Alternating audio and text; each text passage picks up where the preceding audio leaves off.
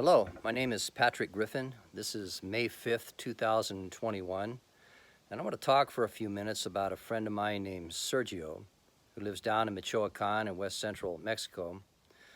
He doesn't live there because he wants to.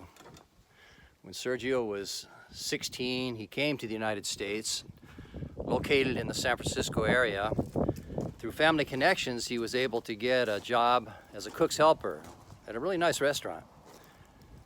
And Sergio was a guy who had never been in any kind of trouble with the law, not in Mexico or during his years in the United States. And he ran with people who we would not think of as typically hardcore criminals. They were not gangbangers, they were not out doing armed robberies, but they were guys who were just rowdy, didn't want to have a focused purpose in their life, didn't want to live responsibly, just wanted to do what they felt in the moment. They liked to drink and use drugs, not in an addictive way, but they were just partiers. So that's the kind of friends that Sergio chose to associate with, even though he wasn't raised that way.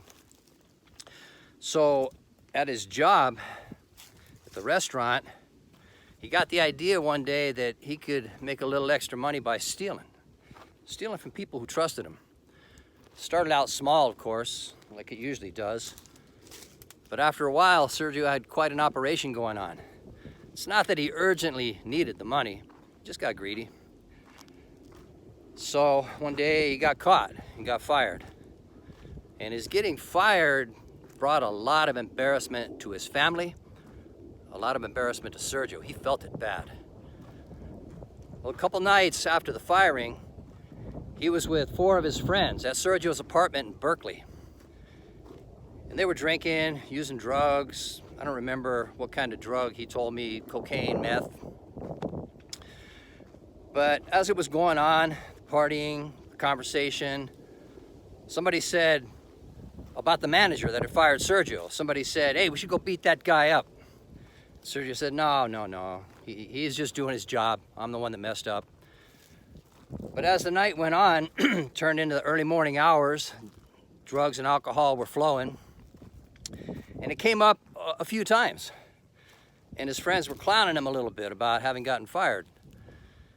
And finally, about a little after 4 in the morning, somebody said it again. "Let's go beat that guy up." And Sergio came to a point where he was ready for it. He said, "Let's go do it. Vamos a hacerlo." So it was a little after 4:30 in the morning when the 5 of them set out on foot from Sergio's apartment, which was just a few blocks from the restaurant. They walked, and as they were walking, 3 of the guys were a little bit out in front and off to the right. Sergio was doing most of his talking with the one who was his closest friend, a Salvadorian named El Nene. And everything I'm telling you was in front page newspapers, so I'm not giving out any kind of sensitive information. But as they were walking to the restaurant along back roads and through alleys, Sergio and El Nena were talking about how they were going to handle Bob if he didn't come across right. And they decided that they would approach him, tell him he needed to apologize, and if he did that, they would let it go. So they're walking down an alley, coming close to the restaurant. They're between buildings. It's close to 5 o'clock, the time when Sergio knows that the manager is going to show up for work. And all of a sudden, they see headlights in front of them pulling into the alley. And Sergio said, "That's him." Well, the 3 guys a little bit up in front, they didn't know the area, and they just took off to the right to find a place to hide. Sergio ran to the left into a little area that led to a back door to the restaurant, which is where he knew his boss, former boss, was going to enter. El Nena followed Sergio. Well, in that area, that small walkway, there's a wall on one side and an opening on the other side. And in that large opening, there are crates, boxes. So Sergio and El Nena ducked into that area. Sergio was closest to the door, hiding behind some crates. El Nena was a few yards away. The manager parked his car, got out, came walking through the little sidewalk toward the door. And Sergio, as he described it to me, he said his palms were sweaty, his heart was racing. He knew that what he was doing was wrong and that it could lead to some real big problems, but this is where his choice of associates and his choice of an irresponsible lifestyle had brought him. He was cornered now. He was in the situation. So when the manager started getting close, Sergio jumped out from behind some boxes and shouted out to him, "I don't like the way you treated me." Of course, it was all in Spanish. No me gusta como me trataste. Little guy, a thief, talking up to a much bigger guy who had just been doing his job, the manager. And the manager, at first, because he was startled, he froze, he was scared. But then he gathered himself and looked down at little Sergio, who's about 5'2". Sergio is one of those guys, he's got a strong build, short, got what they call the Napoleon complex, short man's complex. He looked down at Sergio and said, "Get out of here before I call the police." But while the manager was saying this, he didn't notice El Nene creeping up from behind. But Sergio saw him. So Sergio rushed at the manager, thinking to try to take him down so him and Nene could pound on him for a while. Well, he's trying to take the manager down, but the guy is a lot bigger than Sergio, and he's having a hard time. And all of a sudden, he hears the manager screaming bloody murder. And at first, he thinks that El Nene is just socking him hard from behind, but the screams were too loud, too horrible.